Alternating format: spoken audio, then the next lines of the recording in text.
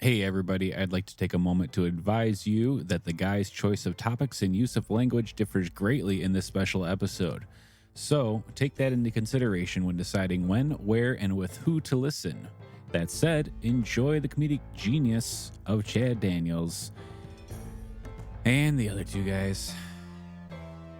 Are we starting this like a regular episode, or are we just going to jump right in here? Huh? Just however you want to do it. I'm going to let you do it. You facilitated this. I'm usually, I call him the sidekick. Okay? But he facilitated all this. So there's no way that I can big time him today and be like, oh, guess what? No. He facilitated all this. So I can do whatever I want? I am your passenger. Hello, everybody. Welcome to That Checks Out with Chad and Ted. Damon's also here. Let's start the show. I get third billing. Cool. You're lucky you got billing at all. Brian, send the bill to Ted on this one then. He's going to pay the bill for the recording this time. Sweet. We do have some things we want to get out front just to make sure that you're on the same page. My father was also named Steve. I think he's dead. Yeah. Pretty sure. Yeah. My mom's name is Sharon, which is one letter off. So now I'm concerned that maybe there is something going on. Yeah, he had a Steve and Sharon. You had a Steve and Karen. So I just wanted that out front, that I'm not going to try to steal anything, but if someone does, it wasn't me. Maybe Steve was Sharon Karen. We don't know. Oh, that's creepy. How come you don't know that your dad died? No, I was kidding. I do. He paid I mean, I'm kidding.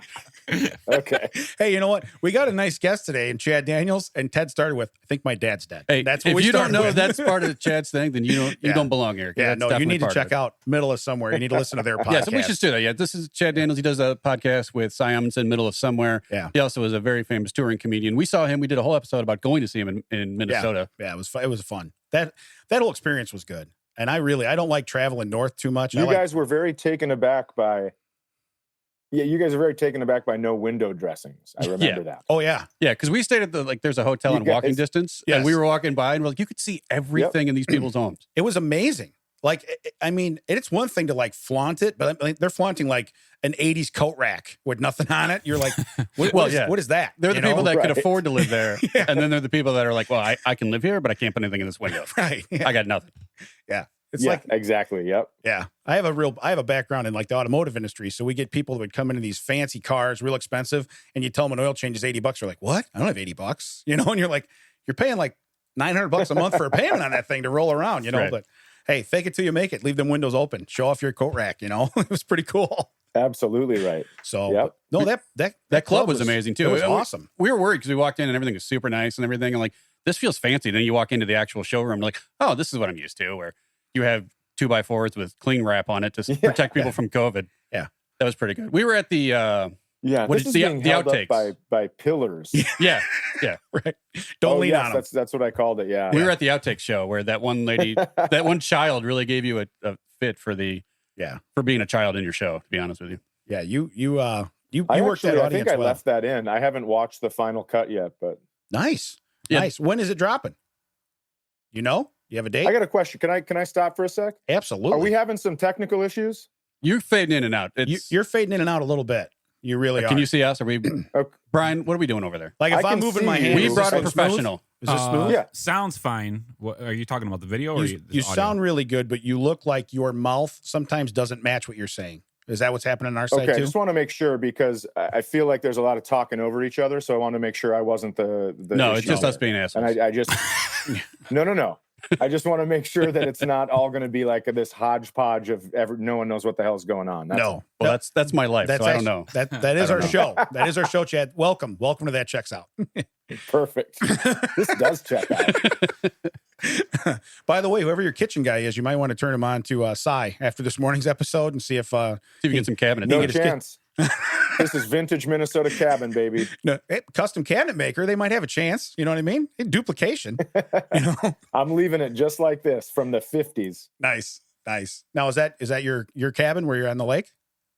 This is, yep. Yes, nice. No dog running We around. officially moved out here about a week and a half ago. So got the dock in. The dock was freezing.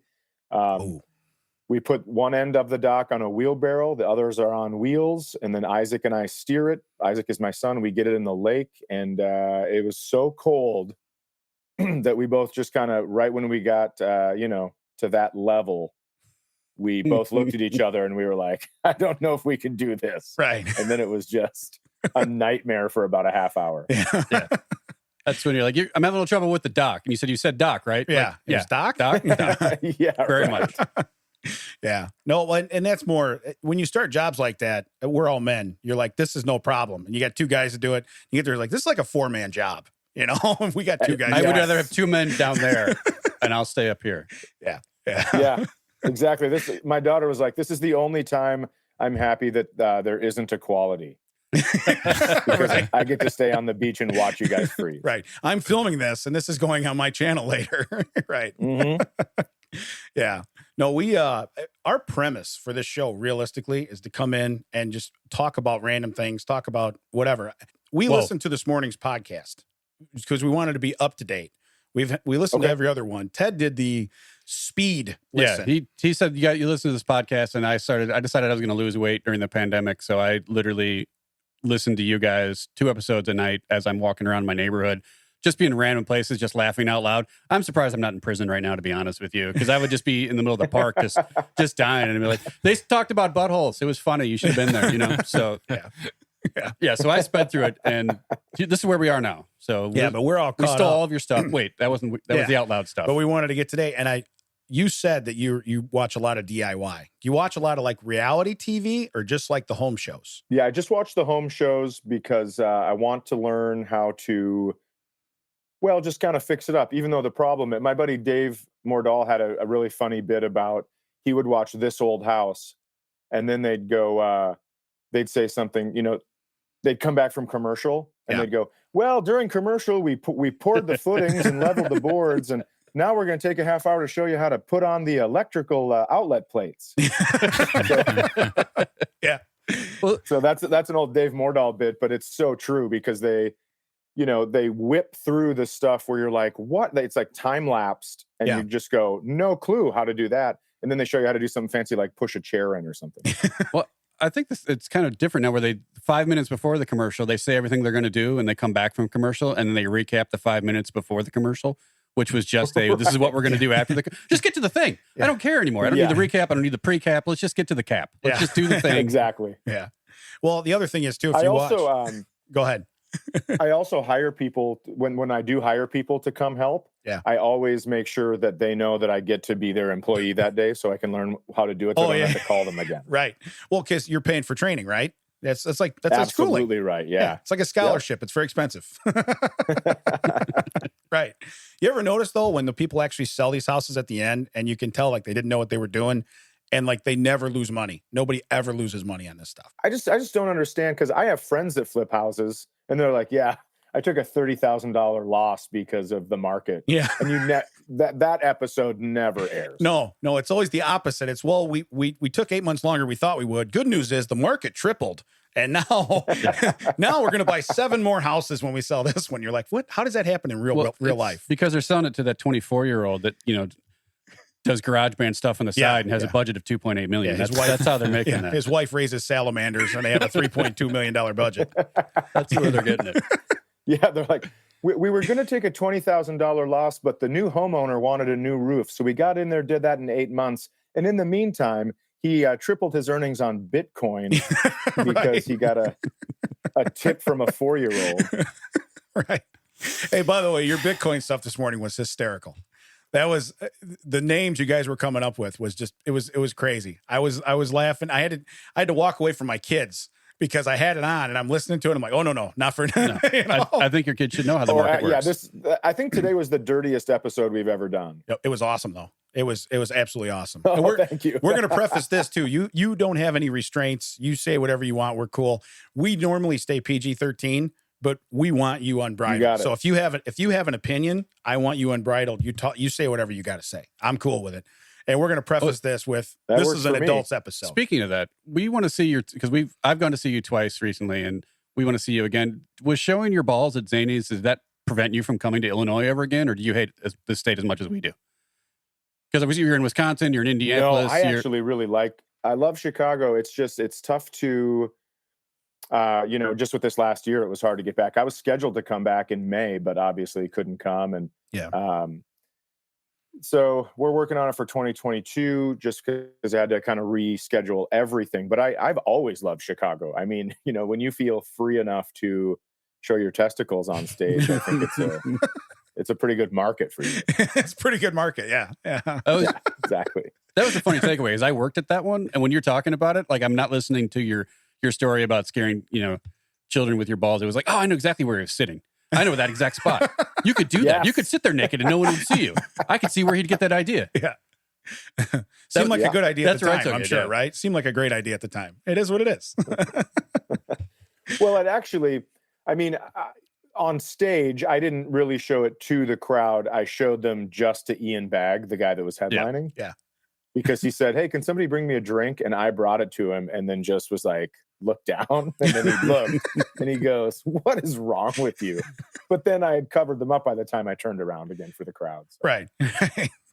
Still, we wanted to make sure it wasn't like a ball ban for Illinois because we didn't see any dates. We're like, it might be a ball ban or something we were unaware of. So we're just making sure. No, I wish I could come back, but I will as soon as I can for sure. But no ball ban. But, okay.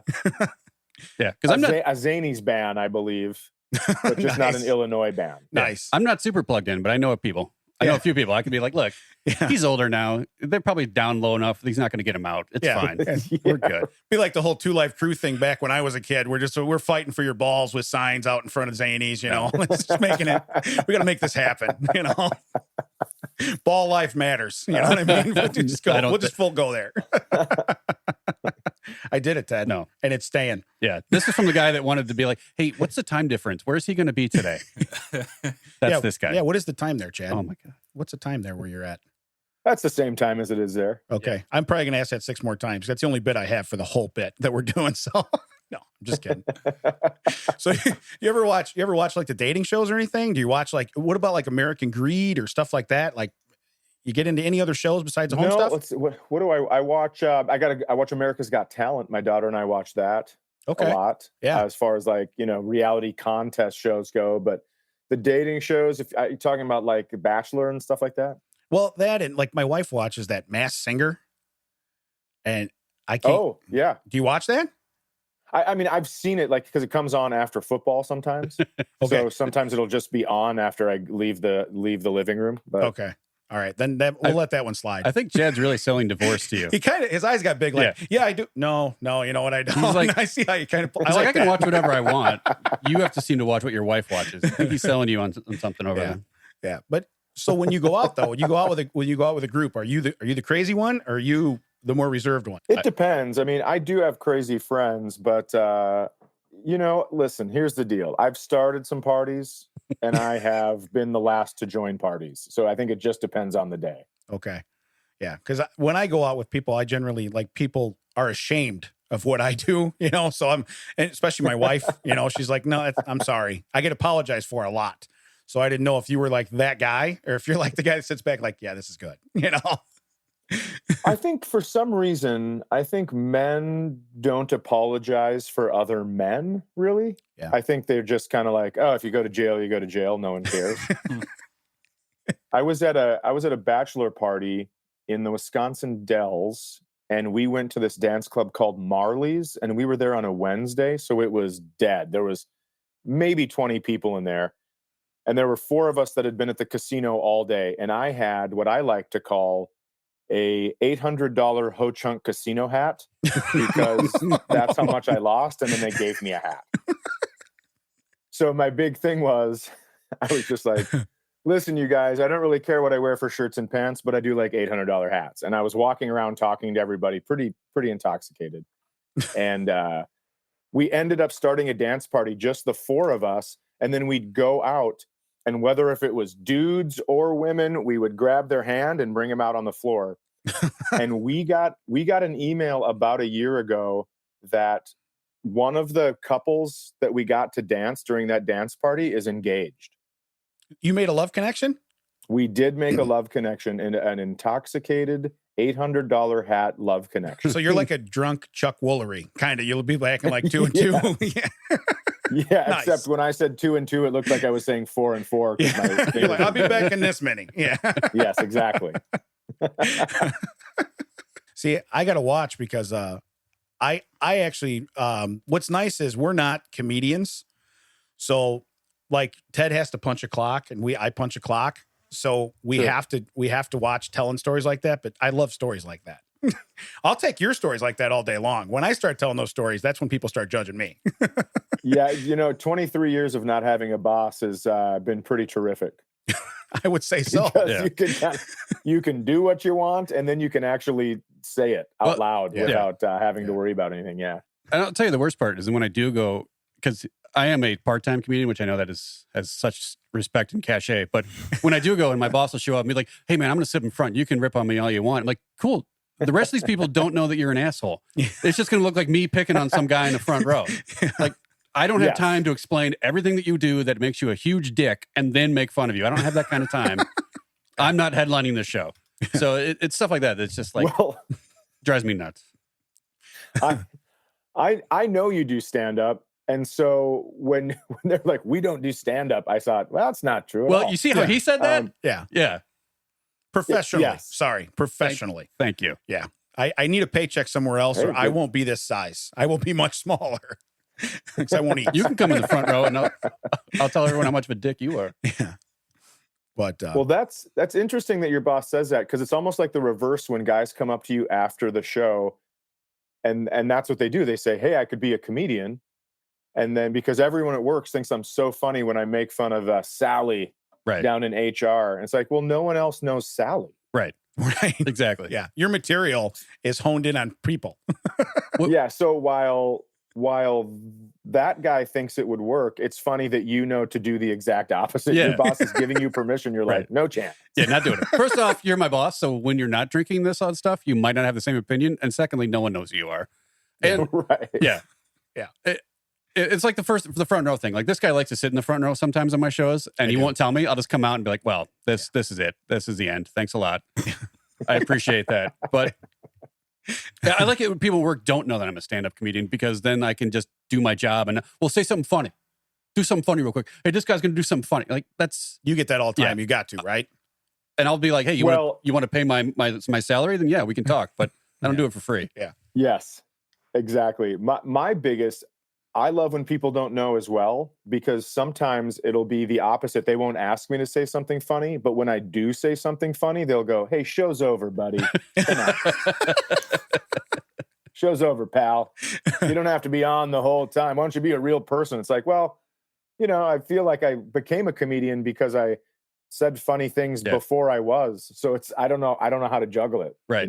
Well, sometimes they put it on a tee. It's like, I can't walk away from it. You got to say something. But don't make it too easy or it's going to happen. Like if you're just going to hand me a gun and a barrel of fish, I'm just going to start shooting. It's just the way it works. I don't know what you're going to do. So I have a request. All right. I'm going to put you on the spot. This is news to me. No, I have a request. So a couple episodes ago, you ever used to watch Montel Williams' show where he had that Sylvia Brown, the psychic that would find all the dead people on the Montel Williams show? Okay. So, and you may only know her even from clips now, but Ted does the voice. I would love for Moose in the Morning. Can I apologize for a guy right now? To interview Sylvia Brown about a lost child. You know what I mean? I would love for that to happen. I'm putting him on the spot, but we're going to test his comic chops. Ted's very quick-witted, and I know how you do the Moose in the Morning. And if they don't like it on your podcast, that's fine. Do it on ours. We'll do it right here. Well, actually, what I was going to say, you're not really putting him on the spot. You're putting him on the hot seat. Hey, ladies and gentlemen, it's the Moose in the Morning. It's alive time. It's drive time. It is Monday, fun day. We have Sylvia Brown in the hot seat. Hey, hate to bring this up, but you met any dead kids lately? Well, this is amazing. I didn't see this coming. You thought I would, but I didn't see it coming. I haven't seen any dead kids because I haven't checked any of Damon's trunks lately. But what do you got for me? What I got coming up? Let's see. I'm dead. I haven't been famous for 40 years, so this is going to be great. This is going to be a great time. And then Montel Williams comes in and he goes, we'll be right back. Yeah. Well, but then they show a clip of like the dead kid. They're going to be like, here's what's happening after the commercial. Right. I suspect the dead kid has an M in his name somewhere. He has a mom. How probably had grandparents. They're always reaching. Yeah. I got an M name. Could be mom. Could be I sent some sad family somewhere. He likes to do this to me a lot. Usually when we're in public, he'll throw me out in the middle of somewhere. I want to throw him on the spot. So, because you jump into that, you can do that for anything. And you can go into that character at any time you'd like today. I'm fine with that. Because I can tell by your energy level, you really enjoy that. I do love Moose in the Morning. I was doing an impersonation of a server at Red Lobster on stage, and this guy goes, "Hey, that's Moose in the Morning." And I was like, I only have one voice that I figured out. Hey, well, I'm the same way. Yeah, you got one, but don't. You don't want to be a part of his one voice. My voice, man. No. I only got one voice, man. That's all I got. You know, I got it's a Spanish parrot, man. That's all I got. I'm going to quote Chad Daniels here and be like, I got to go. You do have two voices because you also do Psy, and that cracks me up every time you do your. Would you mind bringing Psy on for a minute to the show today? Well, guys, listen. I don't know if Psy would like this too much, but it's just kidding. It's me. It is me. It doesn't even matter. Oh God. That's a voice. That's a voice my mom used to do. She used to do that as when she'd read me books when I was little. She would do that voice for some of the characters. Yeah. And so I spent a lot of my youth trying to hone that voice. And now you get to use it. Figured, finally paid off. I mean, we were talking about it. I do feel bad because I remember when I would have my back injuries and I was out and I would see my wife doing all the housework and all the yard work and do everything. And I'd just kind of be in a window like, I used to do that. I feel like an absolute piece of shit, right? So I get it. I feel like I know he takes a lot of heat. And to be fair, he puts a lot of he puts himself on a tee a lot on social media and stuff and asks for it to see if he can fight back. Right. But I think that's low. I don't think you need to hit him for that. I mean, he's not asking for that. But yeah. No, but that voice, I love that voice. Now, and you guys have the same dog, right? No, he has a golden doodle. I have a cockapoo. Okay.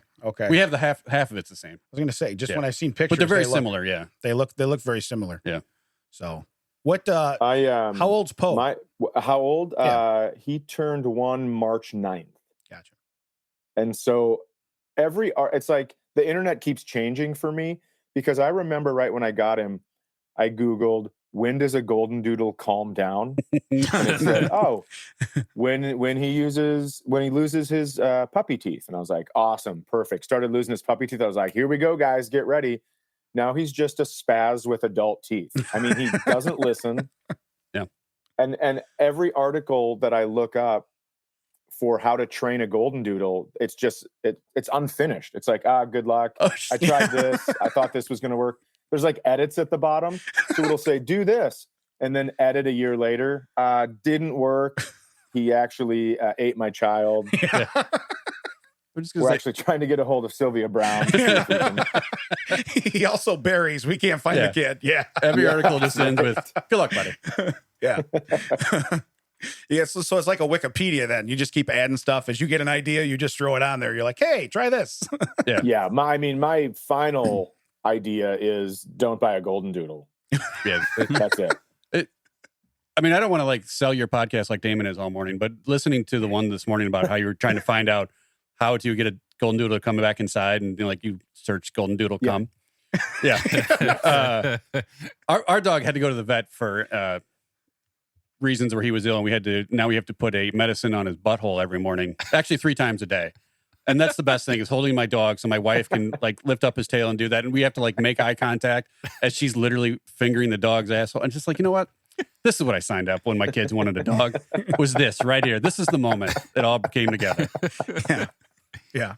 That's when life has full purpose. Did you guys just invite me on so you could talk dirty? Yeah. It was just, No.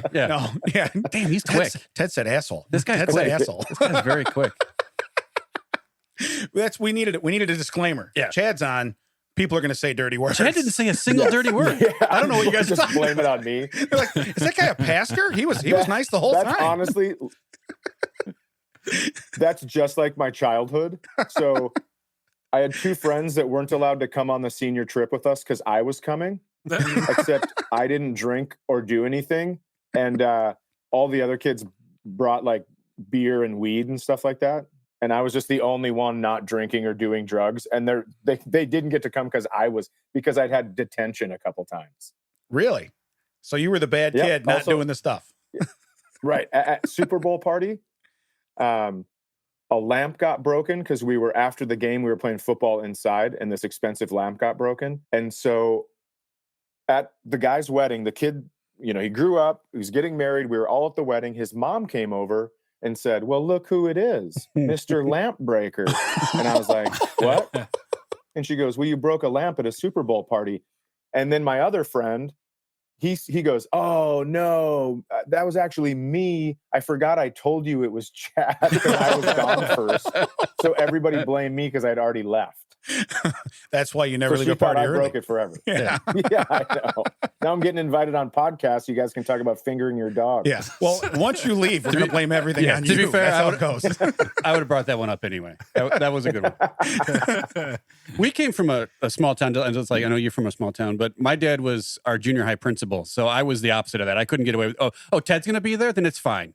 Because Ted's like little Jesus. It'll be great. And I was like, I want to do some stuff. I want to have some fun. Yeah. Wow. I got a halo by I association. Yeah. Yeah. But also, if I did anything, I'd get home and my dad would be like, "So I heard you did this." I'm like, "Did they just call you direct? You like a bat phone over there? Like, how do you know this immediately?" Yeah, that's what I was going to ask. My dad said when I was younger, he said he couldn't coach baseball because he wouldn't let me play because he would think the other parents were thinking he was favoring me. And so I wonder about that with your dad being the principal. I mean, did he have to come down on you harder than most? Yeah, well, yes, but I also stayed out of trouble. So I did that for him. Like, he wouldn't have to. Like, oh, this guy abuses his kid. Look how much he's beating him to death at school. Yeah. But there were a couple times I got in trouble at school, and they'd be like, "Hey, I'm going to send you down to the print." Wait a minute. Yeah. We're going to handle this in-house because I'm not going to send you down to my boss to tell, And I'm like, no, he'll come down to me. It's fine. Like, no.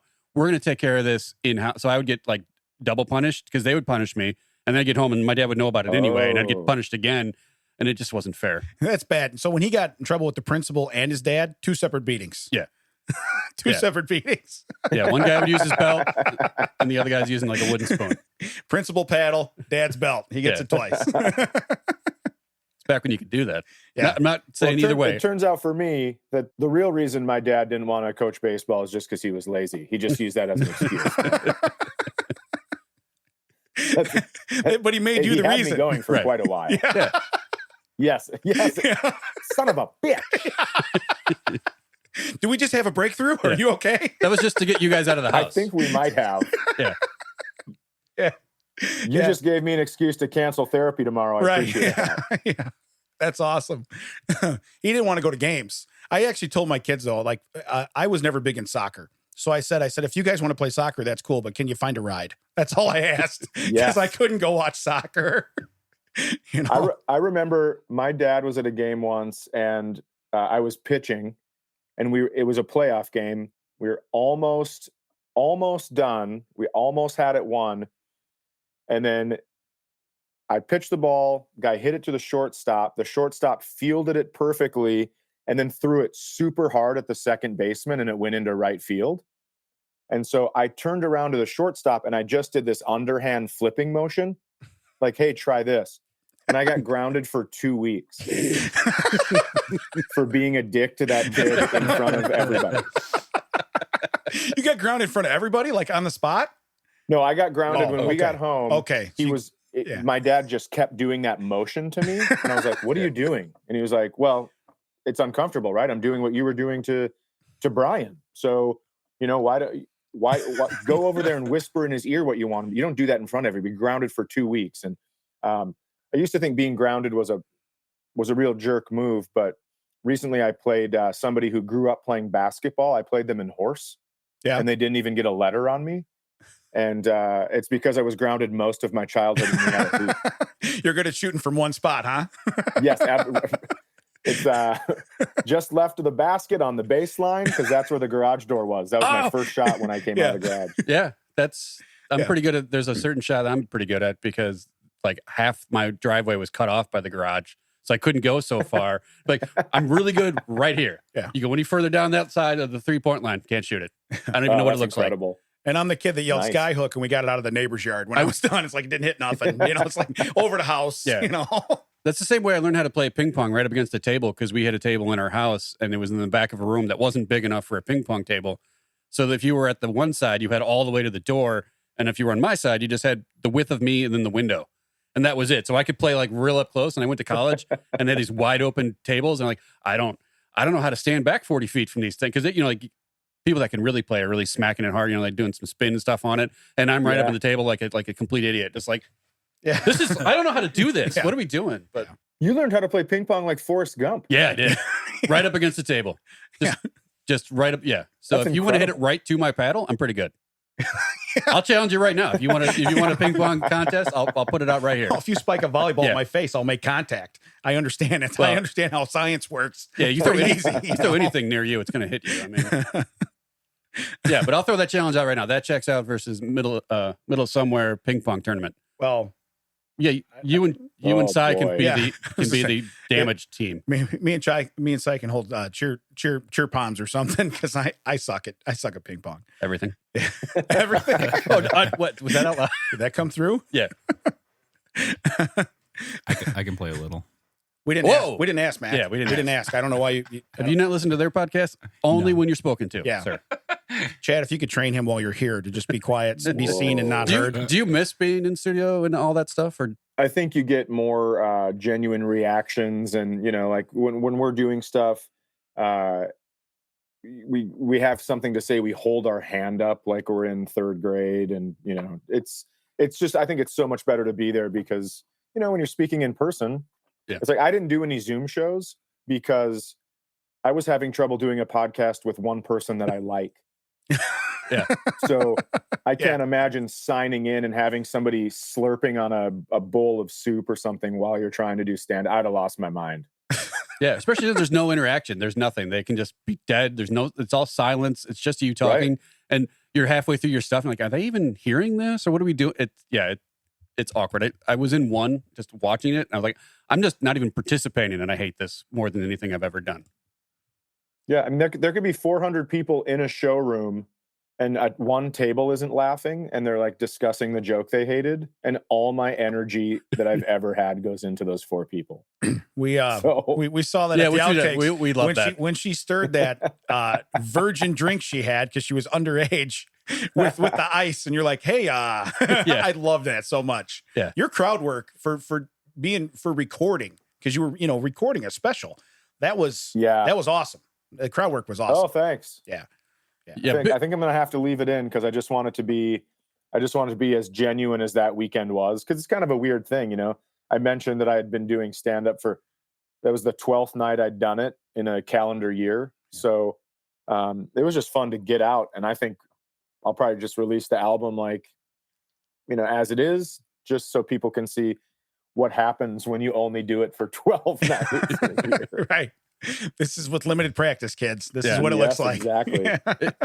It's funny though. People that don't see comedy a lot is, like you guys that do an hour, work on an hour and put it out and then do another hour. But the people that are just road comics, just traveling and everything, and you see them maybe twice a year and you realize this is the exact same thing I heard the year before and the year before and the year before. It's just weird to see you can write another joke. I know you can. You wrote a really funny 45 minutes. Why can't you write another one? It's just, and now that I've been doing it, it's because these are good and people laugh at them, and you just want people to be you're not trying to build a whole new set and everything. It was mind blowing that first time because I saw you in I've seen a guy, and I won't mention his name, but he's done the same act for 10 years. He even takes a drink of water at the exact same time in the exact same joke, which I've also had people come up to me after shows and say, oh, I brought 10 people from work. I was hoping you would have done this joke. Yeah. So I get why people keep their act when it works, because people want to come out and they want to see it again. Right. For me personally, I get so numb to the jokes that I just punch out, and my eyes are glazed over. So I would rather tell a new joke that isn't as funny as an old joke, just so there are new words coming out of my mouth. Well, I'm not going to name names either, but there's some comedians I could do their whole set because I've seen it just, from working in it, seeing it, 6 shows a weekend and just being like, okay, clearly that's your set. That's all I've seen. That's what you do. And it's for me, having seen it, I get it. I'm done with it. But if you're only seeing the same people, maybe if they come to see you every time you're through town, they're not going to remember. They're going to be like, oh, that's a funny thing. I kind of remember it, but they're not going to remember everything. Exactly. Yeah. I will mention a name, John Fox. He's from your neck of the woods. Yeah. And John Fox is he was on a rocket ship. He was on Rodney Dangerfield's Young Comedian special. Rodney Dangerfield really loved him, took him under his wing, but John Fox kept showing up to meetings, late, or he wouldn't show up at all. And so I had his truck stop tape in 6th grade. Actually, a guy named Marcus Stager brought it to school, and he'd let us all listen to it on his little, foam ear pad Yep. Walkman. Remember those? And I'd stick my head in the locker in between classes, or I'd say, hey, can I go to the bathroom? And we all knew his combination. So I'd listen to it for 5 minutes because I just thought stand-up was the greatest. And I even did, when the art teacher would leave her room, I would get up on the desk and I would do as many jokes as I could remember.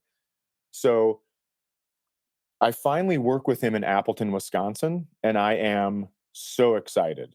And I get there and I'm like, holy crap, this is it. I'm finally working with him. I can't wait to see it. Same exact hour as the truck stop tape. And his closer was one of my favorite closers. It was like this really cool, just kind of like aesthetically pleasing, how the rhythm of it all. It was really neat.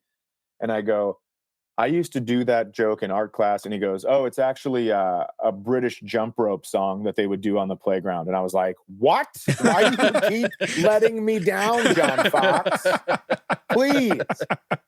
And then, but he was kind of a jerk. I mean, listen, he was boozing. So I understand people get, shitty when they're boozing and stuff. But I was just kind of sick of him. So at the end of the week, he was hitting on this server and he goes, I throw away an hour a week.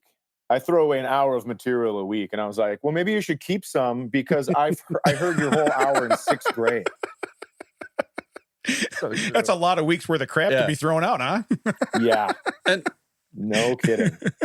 Wow. yeah, part of the thing I like the most is just hanging out in the green room before the show and after the show and just like talking to people and meeting people. I've met a lot of new friends and a lot of people that have been really generous to me because, being in my 40s, starting comedy very late, it wasn't like, oh, this guy's going to make it. And I knew that. I wasn't like, oh, I'm going to go to the top. But everyone like has been really nice and very mentorish. And nice. A lot of people say like, it isn't like you have to be funny all the time. You don't have to be on all the time. It's the person that can just be a regular dude and just be a decent guy that you're going to be okay. Right. And that's all I needed to hear. It was fine. But yeah, that's some of the most fun of hearing that kind of stuff. Yeah. Oh, absolutely. Yeah, it's great. That's, I probably have just as many friends from comedy as I do from growing up in college and like all that stuff. So I think it's a really cool networking scene. It's really cool when you have to leave the people you love to go on the road to work. But then when you get there, you have these friends. So it's not as horrible, So,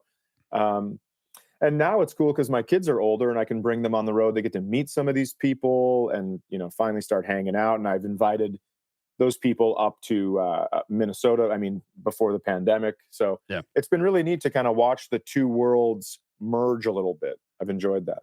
Do you ever travel with anyone or when you get there, do you know ahead of time who's going to be there? Because I know I'll look ahead like, oh, this person's going to be there. That's great. Because I know I haven't seen them in a while or I get to hang out with them, that kind of thing. That's what I like to do ahead of time to like, it sets me to mind like, oh, they're going to be there. It's going to be fine. We're going to be okay. Yeah, absolutely. There are so sometimes there'll be 2 clubs in a city. I'll check out who's working the other club. I do bring openers once in a while, but during this, during this whole thing when I've worked, I've just said, let's use local people. Number 1, they haven't worked in a while. Number 2, they don't have to travel. So let's just keep it local. But again, I've been doing this for so long that I was just in Spokane and Tacoma and I knew the feature act. We've been working together for 7 years. We've hung out outside of comedy.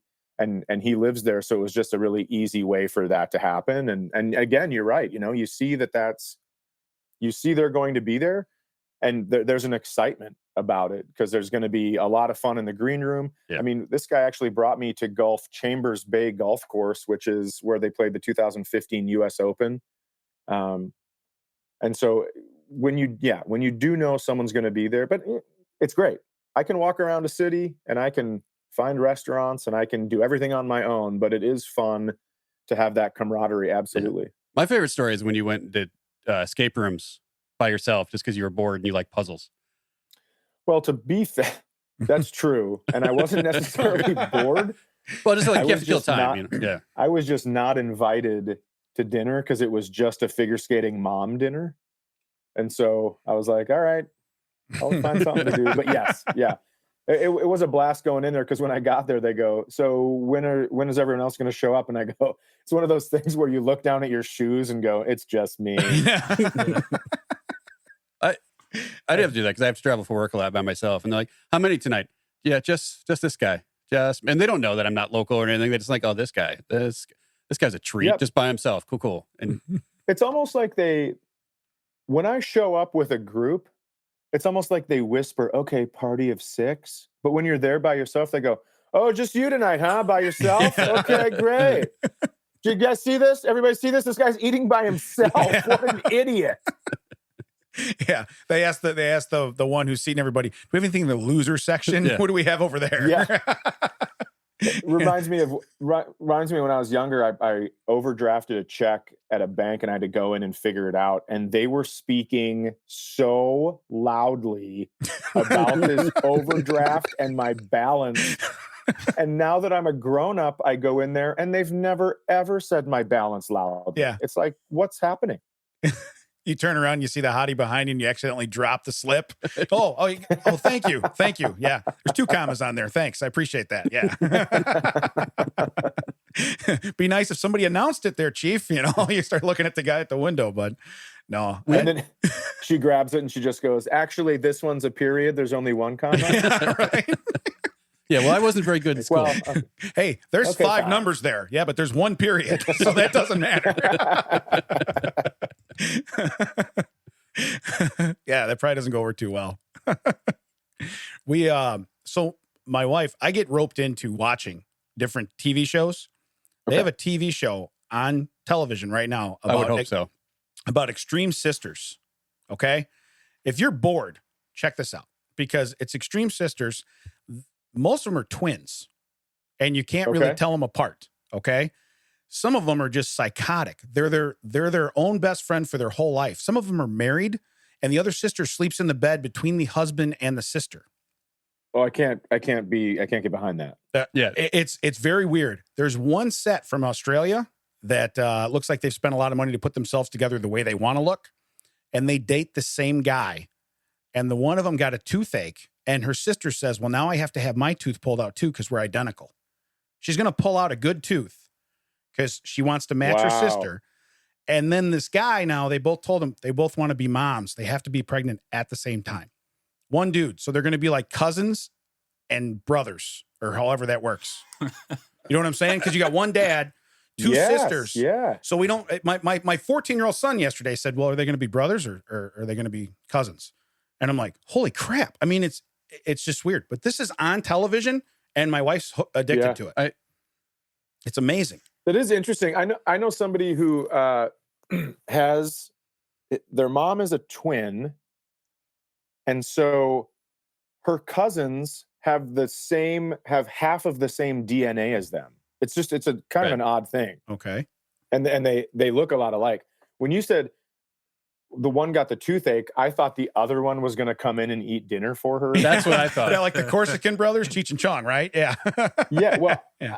I don't know if you remember this. There's a book, and it's, I bet, probably canceled now because it's probably incredibly racist, but it was a book about 7 Chinese brothers. I'm not probably going to get this right, but because I read it so long ago.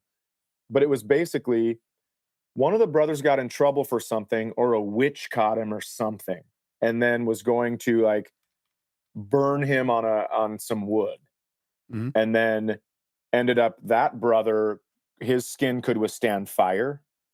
And so then she was like, well, now I'm going to drown you. And I just remember a picture of this little Chinese kid with like giant cheeks because he had whatever she was going to drown him in. He just put the water in his mouth because that was his talent. So they all had one special talent to get out of dying. And, you know, lucky for the book, she kept picking the perfect thing for each brother. But it's only 1 chapter long. She got the right kid the first time. Yeah. That would be interesting if initially she tried to drown the fire guy and then the book over. Yeah. Chapter 2. Yeah. I think the editor would be like, we got some notes on this. Yeah. Just want to bring it up. Let's spitball a couple ideas here. All right. Right. Oh, man. No, man, this has been, Well, this is fun. It's been I fun. really enjoy you coming on here and doing this. Are you good to go a little while longer? Are you under any time restraints or what's your schedule? I thought I got 15 more minutes. Can we do Absolutely. hour? Yeah, Straight Absolutely. hour? Are you okay with that? Awesome. I just wanted to make sure. Absolutely, I don't I want am, to take yeah. you longer, and it's going to make us look real bad if you're like, well, I got to go, guys. You know what Yeah. I mean? So we're trying to avoid that one too.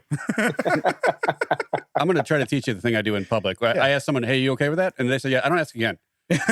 Like those people are like, are you sure? Well, I'm done. I asked you, answered once. I'm not going to. Gotcha. Because I like people that are expecting the are you sure? So they can say no. Yeah. And I don't give them that opportunity. I gave you a Hey, you second want to do out. this? Yeah. Okay, we're doing it. No, Gave you wait a a minute. I thought you were going to double Yeah. down. Nope, Yeah. not me. Yeah. We're doing it. That's what I do with my daughter too. She always asks me because I have resting asshole face, and she always asks me, "Are you upset?" And I'll be like, "No, I'm having a great day." She's like, "Are you sure?" Like, Yeah. I'm only answering it once. Yeah. My daughter likes to do the thing where And it's I'll not her fault. Yeah. I mean, Yeah. I look like a prick. That's all it's doing. my daughter will do the same thing. Well, I'll ask a question and she won't answer, and it like her silence makes me get angry. It's like all you had to do is answer the question. Now I'm angry that you're silent. I wasn't originally, Yeah. but that's where we're at now. Just like if you could just crack this code, you need a Rosetta Stone. What do we need? Just figure out that you not answering the first question has made this so much worse. Right. So I have two grown kids that are 21 and 23, and they're on their own. You know, they're doing their thing, boys. But then I have a 14-year-old son who I do coach at football because I'm not afraid to play him. So I do coach him. So, but and then I got a daughter. She's the baby, and much like your daughter's the youngest. I mean, if the daughter when they were younger, if the daughter cries or screams, the son's immediately in trouble, right? I mean, immediately. Yes, exactly. What did you do? Right. Yeah. Yeah. And so even like, did your daughter actually, did she sometimes just do that just to get her brother in trouble? Because my daughter does that all the time. She'll be like, don't touch me, Chuck. No, she was pretty good about that. Yeah.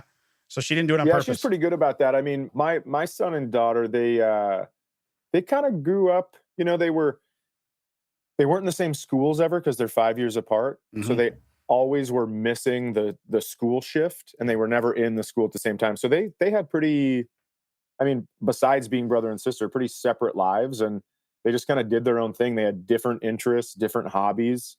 So, I mean, this is kind of sad to think about, but they didn't really spend that much time together. Well, that They're off limits the doing their drama. own- That limits the drama, Yeah. though. That's good. Off doing their own thing. So she never had to fake cry to get him in trouble. Yeah. No, your son's pretty smart. So I'm wondering now if you play him in football, just so you hope you can dumb him down a little bit. Yeah. You send him out like, hey, remember, buddy, we said helmet to helmet. Yeah. Hit those helmets, man. Lead with your face mask. Lead with your helmet. We just need Right. a couple concussions on you. Bring you down to dad's level. That's what we're doing. That's the hardest part about coaching Pee Wee kids is doing that, you know. So he's going into high school next year, so we're fine. But being responsible for everybody's kids. So maybe that's what your dad was afraid of. Not you, but everybody else's kids. Yeah. And everybody's kid has the most talent on the team. When you're a coach, they're going to tell you their son should be the Right. quarterback, the running back. You know, they're the best. And just give them a minute to tell you. Right, they're of the course. best. Yeah. I will tell you that causation and correlation, not the same because I never played football, but I got 3 concussions up here. So maybe I should just played football and gotten it over with. I don't know. Full contact mathlete right there. Right here. Full contact. Shut up. You're making fun of me. He was a Yeah. mathlete. My dad was a math teacher and a principal. So yeah, grew up as a nerd. Thanks for saying that in front of Chad, Damon. Yeah. I actually think, listen, I mean, I would love to be able to help my daughter with her junior math, but I didn't even take the classes she's taking because I was out. I took algebra and I took geometry, algebra 2. That was it. And she's coming home with, I mean, she's way above where I was. So Yeah. I just sent her to her mom's. Her mom is a professor. So I just go, well, there you go. She must know someone. I feel like they changed math halfway through just to mess with those of us that were good in math because they'll bring home stuff and like, oh, let's look at this.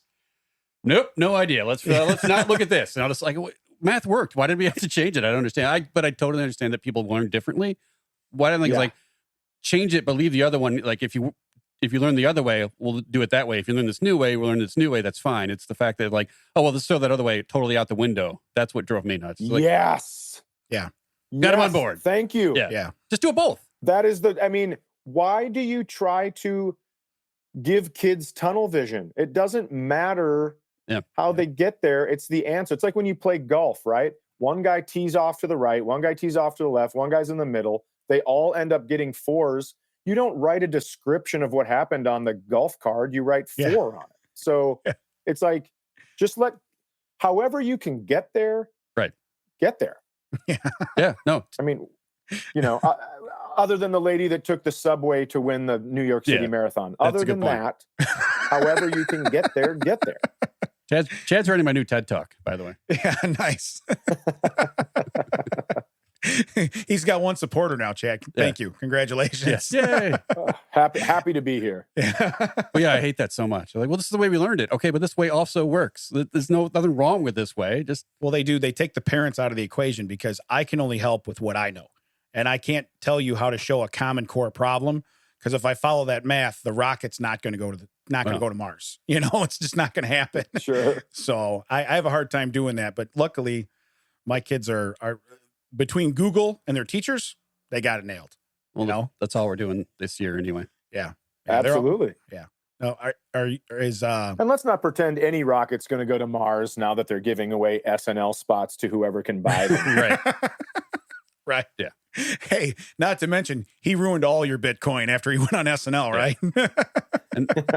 Well, I don't have any, thank goodness. No, I understand. But the categories you would have bought in, they would have been destroyed. Oh, big time. Yeah. Yep. Yeah, they sure would have. Now I'm not even getting my own jokes when they're told back to me. That's how I'm leading you. Yes, I know you are. No. And I'm just sitting here. In improv, they say you're supposed to say yes and you never say no. So it just continues and continues. And here's me just like, no. What are you talking about, man? You're throwing me softballs and I'm just letting them hit the ground and staring at them. Yeah. Whose ball's this? I will say you don't have to be a famous podcaster to be in the same spot because people come up to me and like say something from 40 episodes back and I'll be like, that sounds funny. You're like, yeah, because you said it. Oh, I don't. Those are gone to me, man. I did those and they're out. They're gone. So I'd imagine people come up to you like, remember that time? No, I don't. I don't remember that time. It's not a thing. It was in the moment and gone. Right. Yep, that happens. And I have a friend who's a comedian down there. His name's Fritz in Chicago. Oh, yeah, and sure. He will always, in conversation, he'll say something that I've said on an album, but it's an old album. And I'm like one of these guys that has the computer that only has enough space on it where once you start working on something else, you have to erase the old project. Yeah. Yeah. So I have to wipe my brain. I don't remember bits really. I remember the original stories and how they go because they're in my personal life, but I don't remember all the beats and all that stuff. And then he'll say something and I'll go, oh man, you should use that on stage. And he'll go, well, I can't. That's your joke. And I go, oh, right. Cool. I can't wait to live in a group home very soon. Don't use that. That's mine apparently. And you don't play it off cool like, hey, that's very well written. You should use that. Yeah. If you just give it. Yeah. So embarrassed, I give myself a huge compliment. Yeah. Yeah. Whoever wrote that joke, that's solid. You don't need to spice that up or anything. That's out of your mouth. It's great. It's fantastic. Yeah, that's pretty solid. No, we will go see you probably Wisconsin? Yeah, what show do you think you're going to do great? Appleton, Milwaukee, or Indianapolis? Which one should we come see you with on this tour? Which you can find at chaddaniels.com.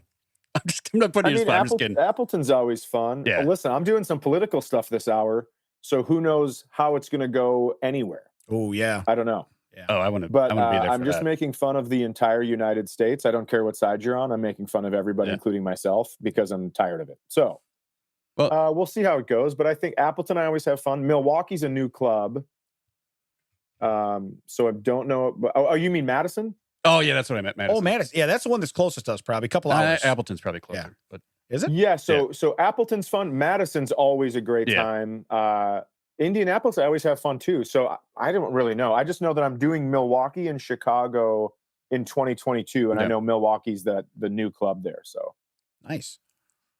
No, it's very. Yeah, we'll definitely road because we get footage out of that. Yeah, we do. We road trip. We do stuff. Yeah, we make sure. We turn the whole episode about you, but we do other stuff too. We do things. It's mostly fun. Eat and see stuff. That's what we do. So that's not a bad way to go through life. No. Yeah. No. I'm a borderline cockapoo or whatever those dogs are. Yeah, I just kind of eat and look at stuff, Yeah. Occasionally I crap. It is what it is. I'm not saying I bought a dog just so I can say cockapoo in public, but maybe. Ted's tried putting my ointment on, and I've been fine for years. I don't know what it is. I just let him keep doing it. Yeah. As long as we make eye contact, I'm comfortable. If I ever look over you and see my wife's eyes, I'm out of this planet. I'm leaving. I'm done.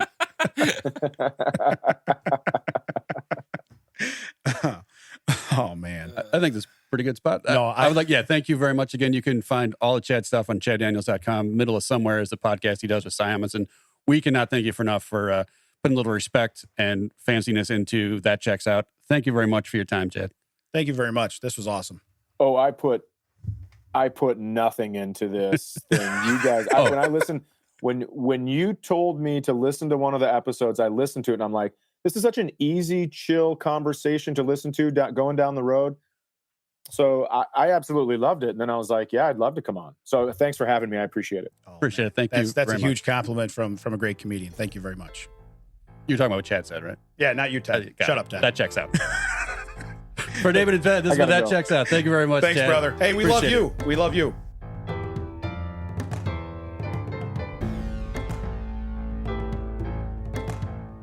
Whenever you're ready. Brian, are you ready? We have our own version of hay bales. Brian, are we good? Yeah, Big Mac. We're ready. Big Mac, yeah. So you'll be sick of them in about 10 minutes, trust me. You'll be sick of them. I doubt that. I've done 115 episodes with a guy with a back problem. I have a lot of patience. I'm not to self. Don't mention your back problem. Yeah. Posture, Ted. Posture. I can sit down though. So you're sitting down and looking at me, so that's already a head start. Hello, sir. We're allowed? You get way fancier headphones than we got. We should. Do you want some of those? Yeah. He doesn't get out much. This came with my phone. Yeah. You're an idiot. We started out real good. Yeah. Hey, by the way, thanks for coming, Chad. Absolutely. Thanks for having me here. Hold on. Let me brighten that up. There we go. I got sunshine coming in the window, so I couldn't see it. There, now it's perfect. Oh, you hear that, Brian? He's got windows where he's at. Brian. He gets a window. I don't want people to see in here. Yeah. That scares me more than anything. It's tough to ask somebody to put the lotion in the basket when they're not in the basement. Right.